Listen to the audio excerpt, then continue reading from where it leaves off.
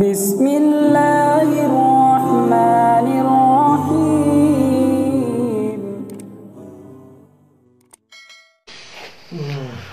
السلام علیکم ورحمۃ اللہ وبرکاتہ۔ مولانا، آج بابری مسجد اور رام مندر کے تعلق سے جو فیصلہ آیا ہے، اس کے تعلق سے امن و شانتی تو الحمدللہ برقرار ہے، لیکن مسلمانوں میں بعض ایسے لیڈران ہیں جو یہ میسیج دینے کی کوشش کر رہے ہیں کہ مسلمانوں کو چپ رہنا بزدلی ہے، اور جن حضرات نے مصالحت کی بات کی وہ ایک طرف سے مسلمانوں کو بزدلی سکھا رہے ہیں اور ایمان کا سودا کر رہے ہیں۔ تو اس تعلق سے جو کچھ ایسے لوگ ہیں جو غلط پیغامات امت میں پھیلا رہے ہیں، ان کے تعلق سے بہت سے لوگ بے چین ہیں، جن کا یہ مطالبہ ہے کہ حضرت کی طرف سے بھی کوئی بات آنی چاہیے، اور ایسے مایوسی کی جو باتیں کہی جا رہی ہیں کہاں تک صحیح ہیں اور اس میں صحیح کیا پیغام ہے؟ بسم اللہ والصلاة والسلام علی رسول اللہ۔ مسلمانوں میں سب سے زیادہ ضرورت اس کی ہے کہ دین اسلام کا فہم پیدا کیا جائے، ایمان کا صحیح تعارف کرایا جائے، قرآن و سنت سے واقف کرایا جائے، مسلمانوں کو یہ بتایا جائے کہ مکی دور میں کیا ہوا، مدنی دور میں کیا ہوا، مسلمانوں پر ایک امت کی حیثیت سے فرائض کیا عائد ہوتے ہیں، مسلمانوں کو یہ بتایا جائے کہ انبیاء کرام نے ہمیشہ اپنی قوموں کو مخاطب کیا، اور ان کا جو خطاب تھا وہ بنیادی طور پر اللہ کی وحدانیت سے متعارف کرانے کے لیے اور اس بات کی دعوت کے لیے کہ لوگ موحد بنیں، شرک کے قریب نہ پھٹکیں، اور اسی طرح پیغمبروں نے اپنا تعارف کرایا کہ وہ اللہ کے قاصد ہیں، وہ اللہ کا پیام لے کر آئیں، اور انسانوں میں سے ہر فرد کے لیے، ہر قبیلے، ہر خاندان کے لیے ان کا پیام ہے۔ یہ بات تمام انبیاء کرام نے اپنی قوموں سے کہی، اور آخری نبی حضرت محمد مصطفیٰ صلی اللہ علیہ وسلم پوری دنیا انسانیت کے لیے بلکہ جن و انس کے لیے پیغمبر تھے اور پیغمبر ہیں، اور تا قیامت پیغمبر رہیں گے۔ معاشر میں بھی آپ کی یہی حیثیت ہوگی جو نمایاں ہو کر سامنے آئے گی۔ تو مسلمانوں کی جو ذمہ داری ہے وہ ان کو یاد کرانی چاہیے کہ کنتم خیر امت اخرجت للناس، تم بہترین امت ہو، پوری انسانیت کے لیے تم کو برپا کیا گیا ہے۔ تأمرون بالمعروف وتنہون عن المنکر، تمہارا کام یہ ہے کہ بھلائی کی تلقین کرو، برائیوں سے روکو، یہ اس امت کا کام ہے، اور یہ کام صرف مسجدوں میں محدود نہیں ہے، مدرسوں میں محدود نہیں ہے، مسلمانوں کے اندر محدود نہیں ہے، تمام انسانوں کے لیے ہے۔ ظاہر ہے کہ ہمارے ملک میں بہت بڑی تعداد ہندوؤں کی ہے، پھر بدھسٹوں کی ہے، جینیوں کی ہے، سکھوں کی ہے، اور دیگر مذاہب کے لوگ ہیں، اور دیگر نقطۂ نظر رکھنے والے لوگ ہیں، سب کے سب یہ حضور پاک علیہ السلام کی امتی ہیں، اس معنی میں کہ یہ امت اجابت نہیں، امت دعوت ہے۔ ایک وہ امت ہے کہ جس نے دعوت نبوی پر لبیک کہا اور وہ مسلمان ہو گئے، دوسرے وہ ہیں کہ جن سے خطاب ہے کہ وہ بھی ایمان لائیں۔ اب ظاہر ہے کہ ان تک صحیح پیغام پہنچانا چاہیے، اسی کی ضرورت ہے، اور یہ ضرورت مسلمانوں کی جس طرح پوری کرنی چاہیے تھی نہیں کی ہے۔ مسلمانوں پر عالمی سطح پر یہ ذمہ داری عائد ہوتی ہے، اور ہندوستان میں تو بہت ہی زیادہ شدت کے ساتھ مسلمانوں پر یہ فریضہ عائد ہوتا ہے کہ ہر فرد بشر تک وہ پہنچیں اور اللہ کی طرف لوگوں کو بلائیں، اللہ سے مانوس کریں، اللہ کے قریب کریں، نبی کے قریب کریں، نبی کے جو اصحاب تھے ان کا مقام بتائیں، اور پھر اس امت میں جو بڑی شخصیات ہوئیں، اولیاء، صوفیاء کرام، ان کے بارے میں تعارف پیدا کریں، اس کی سب سے بڑی ضرورت ہے۔ اور جہاں تک تعلق ہے جگہ کی، عمارت کی، بلڈنگ کی، اس کی جو حیثیت ہے وہ شرعی اعتبار سے اور فقہی اعتبار سے کس جگہ، کہاں، کس درجے کی ہے، اس سے بھی واقف کرانا ضروری ہے۔ جہاں تک تعلق ہے بابری مسجد کا، جس کے بارے میں مسلمانوں کا جو رویہ رہا ہے وہ ایسی ناکامی کا رہا ہے کہ جس پر افسوس ہوتا ہے کہ 1949 میں جب مورتیاں رکھی گئی تھی تو اس وقت ہندوستان کی بڑی عظیم الشان شخصیات مسلمانوں میں موجود تھیں جنہوں نے جہاد آزادی میں بڑا کردار ادا کیا تھا، لیکن وہ مسجد کے اندر سے مورتیاں نکلوا نہیں سکے۔ اس کے بعد سب جانتے ہیں کہ 1986 میں پوجا پاٹ کے لیے مسجد کے دروازے کھول دیے گئے، اور پھر راجیو گاندھی نے شیلا نیاز کروایا، اور پھر سب کو معلوم ہے کہ 92 میں نرسمہا راؤ مرکز کے ذمہ دار تھے، وہ اس ملک کے وزیر اعظم تھے، ان کے مشورے سے، ان کی نگرانی کے ساتھ ساتھ مسجد کو ڈھایا گیا۔ جس کا الزام جتنا دوسروں پر وہ لگاتے ہیں اس سے بہت زیادہ کانگریس پر یہ الزام ہے. تو سارے واقعات پیش آئے, مسجد ڈھا دی گئی, تو مسجد سے مورتیاں نکال نہیں سکے, جب مندر کا شیلا نیاس ہوا تو اسے رکوا نہیں سکے, اور جب مندر ڈھانے کا وقت آیا تو اسے بچا نہیں سکے. اب اسی جگہ پر جو لوگ مسجد بنانے پر اصرار کر رہے تھے, اس کا مطلب یہ ہے کہ وہ تاریخ سے سبق نہیں لیتے, عبرتوں سے سبق نہیں لیتے, آنکھیں بند کر کے رکھتے ہیں, واقعات سے لڑنا چاہتے ہیں. جو صحیح حل تھا اور جس حل کو ہم لوگوں نے پیش کیا, حضرت مولانا علی میاں صاحب رحمۃ اللہ علیہ نے جب مسجد شہید نہیں ہوئی تھی تو حل یوں پیش کیا کہ مندر اسی ایریے میں کہیں بنا دیا جائے, مسجد محفوظ رکھی جائے, نماز کی اجازت دی جائے. اس کو اس وقت کے لوگوں نے جو بڑے پرجوش بنتے ہیں, بڑے جوشیلے بنتے ہیں, نادان, اس امت کے نادان دوست ہیں, انہوں نے مولانا کو کام نہیں کرنے دیا. اور اب 1 سال سے میں یہ کہہ رہا تھا کہ مسجد کو شفٹ کر سکتے ہیں, اور اس سلسلے میں حضرت عمر رضی اللہ تعالیٰ عنہ کے حوالے دیتا رہا, تھک گیا کہہ کر کہ حضرت عمر امیر المؤمنین تھے, وہ خلیفۃ المسلمین تھے, حضور پاک علیہ السلام کے وزیر تھے, ساتھی تھے, علم اور معرفت میں سب سے بلند مقام رکھتے تھے. انہوں نے جب یہ کیا کہ کوفہ کی ایک مسجد کو منتقل کر دیا, جس کا مطلب یہ ہوا کہ جہاں مسجد ہو گئی تا قیامت مسجد نہیں رہتی ہے. صحیح طور پر ثابت ہے حضرت عمر سے کہ مسجد کی جگہ کھجور کا بازار قائم فرمایا. اب میں اس کا حوالہ دے رہا ہوں, امت کے افراد کو, علماء کو, بڑوں کو, چھوٹوں کو بلا رہا ہوں کہ اپنے اپنے مسلکوں کو چھوڑو اور حضرت عمر کی بات مان لو, حکمت فاروقی سے استفادہ کرو. تو کیا ہو گیا لوگوں کا؟ کیا لوگ رافضی بن گئے؟ کیا حضرت عمر کی بات سننا نہیں چاہتے؟ حضرت عمر نے جو فیصلہ کیا وہ ان کو اچھا نہیں لگتا؟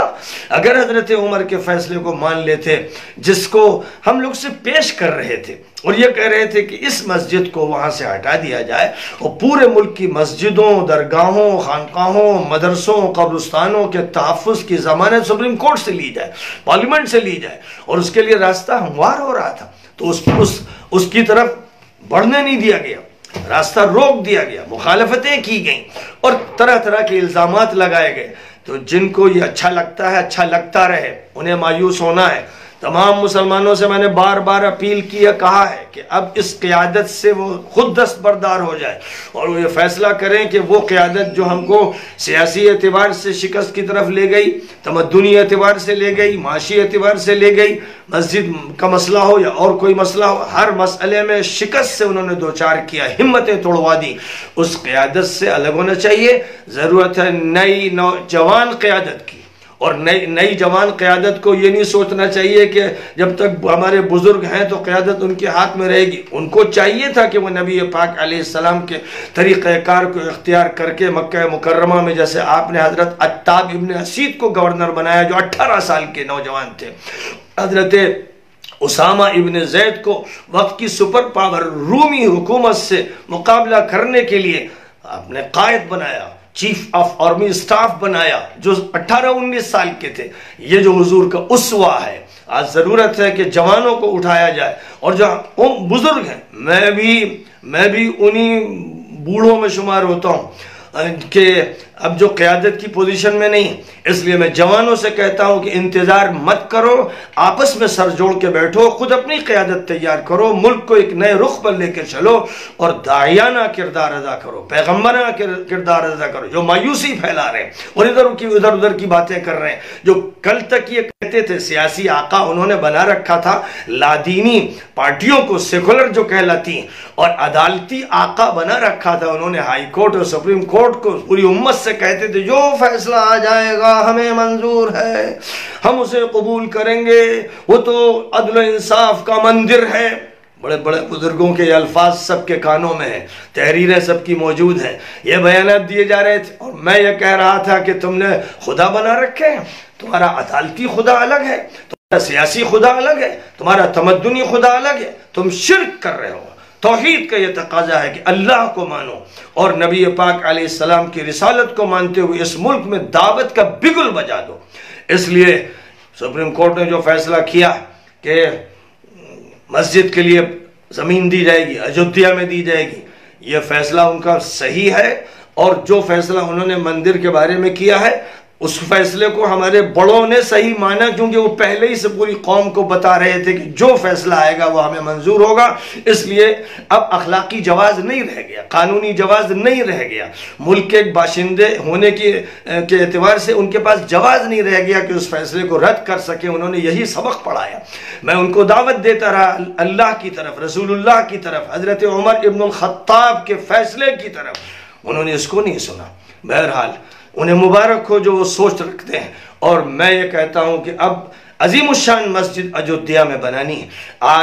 آج ہم لوگ ایک وفد لے کر جناب یوگی صاحب سے ملے، اور اسی لیے ملے کہ جس زمین کے بارے میں بات کہی ہے سپریم کورٹ نے، وہ زمین مہیا کی جائے، مسلم آبادی میں مہیا کی جائے، جہاں عظیم الشان مسجد قائم کی جائے، جہاں ایک اسلامک یونیورسٹی بنائی جائے، جہاں کے ذریعے سے ہم پورے ملک کو نہیں پوری دنیا کو پیغام دیں. اور اجودھیا ایک طرف اگر پیغام دے گا ویدوں کا یا گیتا کا، تو ہم پیغام دیں گے قرآن کا، سنت رسول کا، اسلام کا، شریعت حقہ کا. یہ پیغام ہوگا جو تو پوری دنیا کے ہر انسان تک ہمیں پہنچانا ہے. میں نے جناب یوگی جی کے پاس یہ گفتگو کی، اور میں نے ان سے کہا کہ میں آج اسی لیے آیا ہوں کہ مسجد کی زمین فراہم کی جائے، اور پھر ایک عظیم الشان مسجد وہاں پر ہم لوگ تعمیر کریں. اس میں حکومت کی مدد ہونی چاہیے. مدد کا مطلب بھیک نہیں ہوتا ہے، حکومت کی ذمہ داری ہے، ہر فرد کی ذمہ داری ہے، ہر ضلع کی، قریے کی، گاؤں کی ذمہ داری. حکومت پر فرائض ہیں، یہ کوئی خیرات نہیں ہے. جس کو خیرات کہہ کر فضا کو منفی بنانے کی کوشش کی جا رہی ہے، وہ سب لوگ ہیں جو قوم کے لیے نہایت مضر ہیں، اور وہ قوم کو ڈھکیلنا چاہتے ہیں. میرا یہ کہنا ہے کہ زندہ قومیں وہ ہوتی ہیں جو مثبت کام کرتی ہیں، پازیٹیو چیزوں کو لیتی ہیں، تعمیر کا رول پلے کرتی ہیں، آگے بڑھ کر کام انجام دیتی ہیں. اور اس لیے میں دعوت دیتا ہوں سب کو کہ اب مسجد بنانے کی فکر میں لگ جائیں کہ اللہ کا گھر بنانا ہے، اور اذان بلند کرنا ہے، اور اجودھیا ہی میں ایک مرکز توحید قائم کرنا ہے، جہاں سے قرآن کی صدا لگانا ہے، اور ایک اچھا ادارہ قائم کرنا ہے، وہاں کے بچوں کی تعلیم کا بہترین انتظام کرنا ہے. مسجد صرف مسجد نہیں ہوگی، مسجد نبوی کے نمونے پر اعلیٰ تعلیم گاہ بھی ہوگی. ظاہر ہے کہ میری تمنا ہے، میرے ہاتھ میں تو نہیں ہے، لیکن درخواست کرنا اور مطالبہ کرنا یہ میرا کام ہے. تو اسی لیے آج ہم لوگ جناب یوگی صاحب سے ملے، اور انہوں نے بہت توجہ سے بات سنی، اور اپنی بات بھی بہت اچھے انداز سے انہوں نے پیش کی کہ ہمارے نزدیک انسانیت ہے، عدل ہے، انصاف ہے، برابری ہے، اور ہم فرقہ واریت کو قبول کرنے کے لیے تیار نہیں ہیں. اور ہم لوگوں نے سخت ہدایات دی تھی کہ 9 تاریخ کو جب فیصلہ آئے گا تو کہیں پر بھی کوئی ہنگامہ نہیں ہونا چاہیے. یہاں پولیس کو، انتظامیہ کو کڑی ہدایات دی تھی، اور پھر یہ کہا تھا کہ 12 وفات کے جلوس نکلیں گے، کہیں پر کوئی بات نہ ہو، کسی کو خراش نہ آئے. ہم نے یہ کہا تھا کہ اگر ایسا کچھ ہوا تو پولیس اور انتظامیہ سے ہم پوچھیں گے. تو اس اعتبار سے ظاہر ہے کہ انہوں نے اپنی بات کہی، اور ہم نے اپنی بات ان کے سامنے رکھی، اور بہت اچھی فضا میں یہ بات ہوئی ہے. میں سمجھتا ہوں کہ تعمیری نقطہ نظر سے سوچنا چاہیے، انبیائی سوچ کے ساتھ آگے بڑھنا چاہیے، اور بے ہمتی پیدا کرنا، مایوس کرنا، یہ ان لوگوں کا کام ہے جن کے اندر کفر ہے. انہ لا ییأس من روح اللہ الا القوم الکافرون. اللہ کی رحمت سے وہ لوگ مایوس ہوتے ہیں جن کے اندر کفر ہوتا ہے. الحمدللہ حالات کتنی خطرناک کیوں نہ ہو، مکی دور ہو یا مدنی دور ہو، ہمارا کام ہے اللہ کی بات کرنا، ہمارا کام ہے رسول اللہ کی بات کرنا، ہمارا کام ہے خلفائے راشدین کے تذکرے اور چرچے کرنا، ہمارا کام ہے اہل بیت کا تذکرہ کرنا. اور اب ہم اس وقت مطالبہ قوت کے ساتھ پہلے بھی کرتے رہے، پھر کر رہے ہیں کہ حضرت عمر رضی اللہ تعالیٰ عنہ کی مثال اور ان کا عمل، اور انہوں نے کوفہ کی مسجد کے سلسلے میں جو کچھ رویہ اختیار کیا، وہ ایک سامنے ہمارے ایک حقیقت ہے. ہمیں چاہیے کہ اپنے مسلکوں کے گھروندوں میں مت رہیں، اور نبی کی بارگاہ میں حاضر ہو جائیں، اور صحابہ کرام سے فائدہ اٹھائیں. ان کے جو اچھے فیصلے ہیں، بالخصوص خلفائے راشدین کے، ان فیصلوں سے ہم لوگ مدد حاصل کریں. اللہ تعالیٰ. ایک سوال اور حضرت کہ بار بار یہ بات بھی آ رہی ہے کہ نوجوان کس طرح اکٹھا ہوں اور قیادت کے لیے کون سا لاہ عمل تیار کریں.